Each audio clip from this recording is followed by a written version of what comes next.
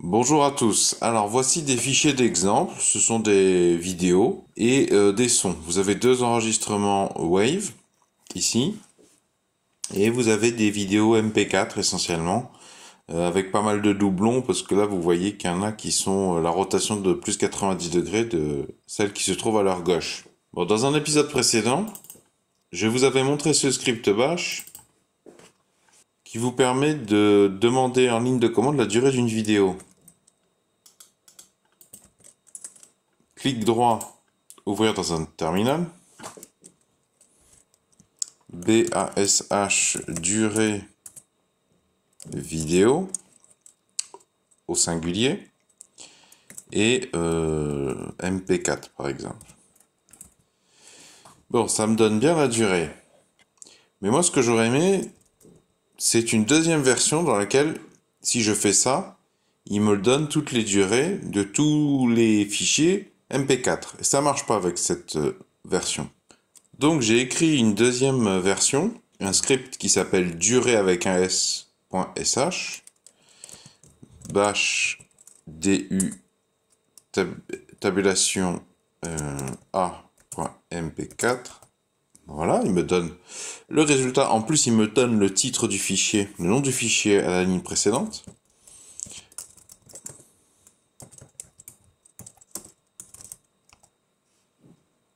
OK. Et comme vous allez le voir, il fonctionne aussi si je lui donne la commande. Là, ça veut dire tous les fichiers qui finissent par .wav. Et pareil, si je lui donne mp4 avec une étoile, il va me donner tous les fichiers mp4 dans le présent dossier. Hein. Et juste avant, en plus, il me donne le nom du fichier. Moi, par exemple, je fais pas mal de montage vidéo et c'est utile parce que je mixe le fichier a.wave, mais je ne le modifie pas. Tout le résultat du mixage, je l'exporte dans le fichier a2.wave. Donc moi, ça me permet de vérifier instantanément et très précisément qu'effectivement a.wave et a2.wave sont strictement de la même durée. Et j'en ai besoin pour mon activité professionnelle. Donc si ça vous intéresse, je vous montre le script en question. Je vous recommande, surtout si vous êtes un débutant, de prendre le réflexe de mettre votre nom et la date à partir de laquelle vous commencez à bidouiller votre code. Donc je commence par cette commande qui veut dire mettre à la corbeille le fichier temp.txt puisque je vais le générer. Donc cette commande, il faut l'avoir en deux temps. Il y a cette commande, donc si je tape ça, là dans mon cas présent j'ai deux enregistrements Wave, j'ai a.wave et a2.wave.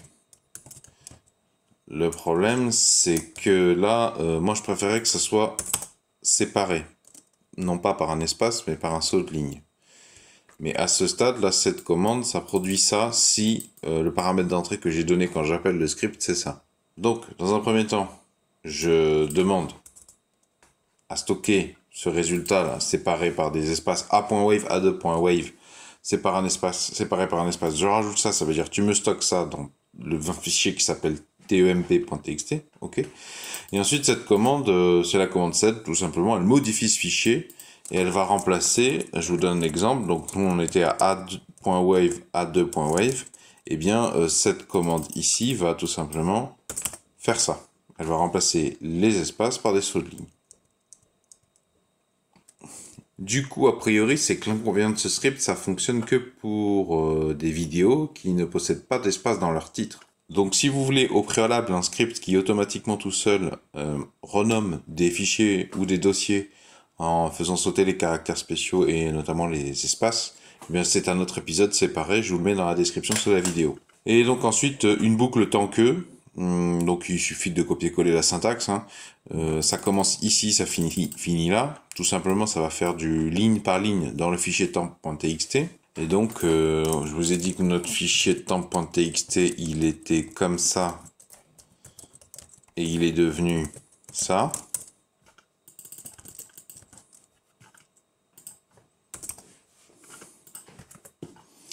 Voilà, donc il va faire une boucle avec autant de tours que de lignes dans le fichier temp.txt. Donc là, dans le cas présent, avec autant de fichiers wave. Si j'avais mis étoile mp4, il aurait fait autant de tours que de fichiers MP4 dans le fichier, sous réserve qu'il n'y ait pas d'espace dans le nom de fichier des vidéos MP4 ou Wave.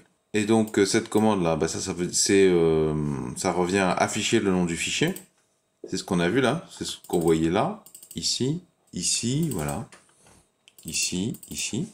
Et ensuite, bon ça c'était le cœur de la V1. Bah, cette commande, elle fait appel à la fonction media info sur le nom du fichier concerné, à qui c'est le tour d'être examiné. Ça permet d'appliquer au résultat de la commande de gauche les instructions à droite. Donc je vais pas réexpliquer, je vous mettrai dans la description sous la vidéo la V1, mais tout simplement ici là ça permet d'avoir ce que vous voyez là, duration. Je ne vais pas m'éterniser, j'ai déjà expliqué dans la V1. Si vous avez apprécié cette démarche de partage de solutions, pouvez-vous mettre un pouce vers le haut, s'il vous plaît. Si vous voulez télécharger le code que j'ai montré dans la présente vidéo, eh bien je vous ai mis un lien pour le télécharger dans la description sous la vidéo. Si vous êtes une entreprise avec un besoin précis, vous pouvez prendre un rendez-vous téléphonique payant avec moi, voir le lien dans la description sous la vidéo. Pour ceux qui veulent me soutenir plus activement, j'en profite pour préciser qu'il y a un lien pour me faire un don pour ceux qui peuvent se le permettre dans la description sous la vidéo également. Vont s'afficher à l'écran un rond et un rectangle. Le rond, vous cliquez dessus, ça vous abonne gratuitement à la présente chaîne YouTube.